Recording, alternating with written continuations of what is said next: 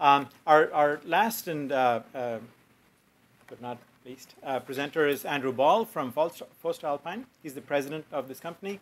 Born in Scotland, went to England, didn't like it there, so he came to West Lafayette. So John Dennis will be happy.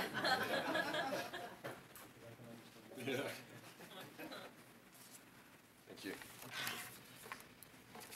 Good morning, everyone. Thank you. Maybe like the mayor, I have some personal experiences as well. As Suresh mentioned, I was born in Scotland, moved to England. My parents are English, so when I was in Scotland, I sounded English, so I was the outsider in Scotland. When I moved to Scotland, I sounded Scottish, so I was the outsider in Scotland as well. So I guess I've never really fitted anywhere. Now I'm in America, and so my personal experience with immigration, when I think back on it now, was perhaps less traumatic than I see that we're going through with sort of employees today. But so when I came here, it was in 2000.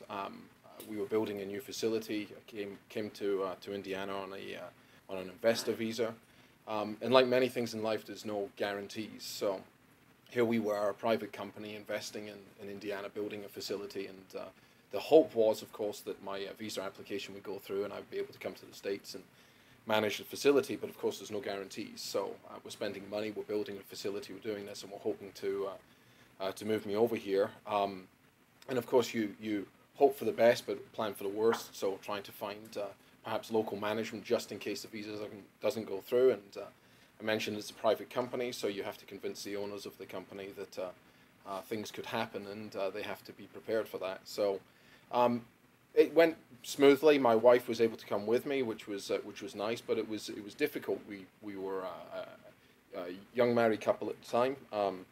My visa allowed for me to work, but not my wife to work. So when she came here, she had nothing to do, which was both expensive and frustration. Things have changed since then. Applied for the green card process. It was fairly lengthy. Took about 2 or 3 years to go through. Certainly not the 10 years that the mayor's sister-in-law has been waiting for. But and since then, pleased to say we have 2 wonderful children, both U.S. citizens, and hopefully in the next year or so, myself and my wife will also go through U.S. citizenship, and we look forward to that. From a work experience standpoint, we've relocated several people over the years, some from England, some from Austria. We have a fairly, for the size of company we have locally anyway, we have a very diverse workforce. So we have several employees that we sponsored through immigration programs, spouses of folks that work at Purdue that were also in situations where they couldn't get legal employment, but had good skills, had good education, and we were able to sponsor them through that process, which has been good.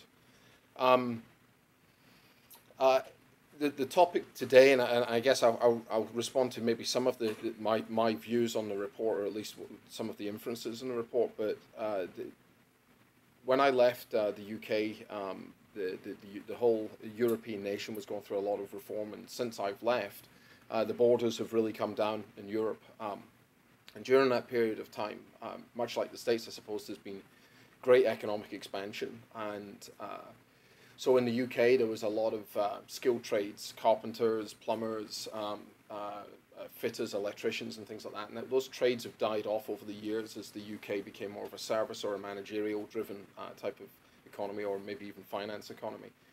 But of course, as the economy grew, then there was a growing demand for housing to be built, for people to do it, and there was just nobody available to do it. So as the borders came down, we experienced a lot of immigration into UK from Poland, from Czech Republic, from a lot of the Eastern Bloc countries where the old Iron Curtain had collapsed. And it was the same also for our steel mill in Austria.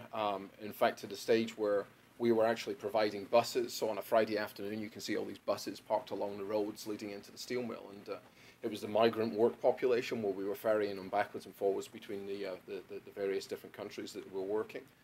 And I think that, that there's no doubt that when those skills didn't exist, having the ability to move workers around for people to find opportunities to find work, to generate a good income for themselves and their families was good. It's not without headaches, of course. There's particularly when it happens in such large numbers. So there was very big Polish communities that grew up inside the UK. With that came some problems. With that came perhaps a lot of disdain and distrust from the ethnic population. But in general, it was great for the economy because without them, the houses wouldn't have been built, or it would have been extremely expensive to have done it. It would have slowed the economy, no doubt. The issue, of course, is today, Ireland, the UK, many of the European countries are in recession, and there appears to be no end in sight. And of course, the issue now is that people look to the immigrant population and sort of say, well, you know, you have our job and you've moved into this country, and immigration reform has been the problem because we've allowed you to come here and to work, and now that things aren't so good, we're not sure we want you here anymore. So I think my view is that I think when there are opportunities, the distrust towards immigration will subside, but when those opportunities start to dry up, when the economic situation starts to worsen, when people are struggling to make ends meet, rather than trying to solve the problems that cause that situation, they obviously look to the easy answer, which is perhaps immigration. On the converse side, I suppose my view on some of the topics from the report was just making sure that the inferences are correct. We've been one of the unfortunate recipients of perhaps from the Deloitte and the National Association of Manufacturers report, which I read at length and spent a long time looking at, is that it's now perhaps not easy to look at immigration, but it's leaving to one side the 9% that aren't employed. We have to make sure that we have good immigration reform, but we also have to make sure that we're training the workforce that exists and the workforce that is coming through. In the manufacturing industry, we don't buy extra material to make product. Yeah, we buy what we need and we make good product from that. And my concern is that if we look solely to immigration, I'm not saying that that's the outcome of the report, but my concern is that are we looking at this as saying we need extra rather than saying we've maybe got what we need and we just need to stick the right policies and procedures and training and education and everything else in place? Because I'm not quite sure how we tackle that 9%. I think as Dennis mentioned, that's a whole different topic, whether it's tax reform, whether it's education, whether it's training. But immigration forms an important part of it, but perhaps not the silver bullet.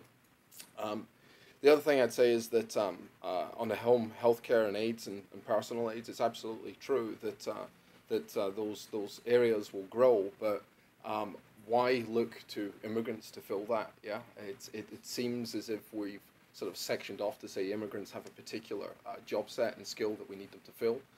And that job isn't good enough for an American, and therefore we want them to be the foremen, the managers, and everything else. And I think that's a very not a dangerous, it's perhaps a reality of life, but it's a dangerous inference to draw. I think if I have a family to support, if I have a need to work, I guess I would take whatever gainful employment is possible and try to participate in those things. And I think some of that spirit needs to be brought back. So.